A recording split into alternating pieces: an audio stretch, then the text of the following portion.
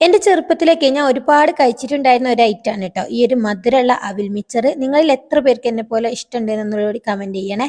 അപ്പൊ നല്ല ഈസിയാണ് കേട്ടോ ഈ ഒരു അവിൽ മിച്ചർ തയ്യാറാക്കി എടുക്കാനായിട്ട്. ഇതിനായിട്ട് നല്ല നൈസ് ആയിട്ടുള്ള വൈറ്റ് അവിലാണ് വേണ്ടത്.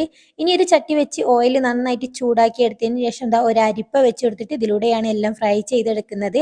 അപ്പൊ അതിന് തന്നെ കുറച്ച് പൊട്ടുകടല ചേർത്ത് കൊടുത്തിട്ട് ഒന്ന് ഫ്രൈ ചെയ്ത് മാറ്റി വെക്കുന്നുണ്ട്. ഇനി ഇതേ അരിപ്പയിലോട്ട് തന്നെ കുറച്ച് നിലക്കടല ചേർത്ത് കൊടുത്തിട്ട് ഇതും നന്നായിട്ടൊന്ന് ഫ്രൈ ചെയ്തെടുക്കുന്നുണ്ട് കേട്ടോ.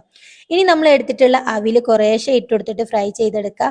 ഒരു സെക്കൻഡ് മതി കേട്ടോ ഫ്രൈ ആയി കിട്ടാനായിട്ട്. കാരണം പെട്ടെന്ന് തന്നെ ക്രിസ്പി ആയിട്ട് കിട്ടും, നന്നായിട്ട് ഇങ്ങനെ വലുതായിട്ട് വരും കേട്ടോ. അങ്ങനെ ബാക്കിയുള്ള അവിലൊക്കെ ഒന്ന് ഫ്രൈ ചെയ്തിട്ട് ഇതാ മാറ്റി വെച്ചിട്ടുണ്ട്. ഇതേപോലെ നന്നായിട്ട് ഇങ്ങനെ പൊടിഞ്ഞു പോകും കേട്ടോ.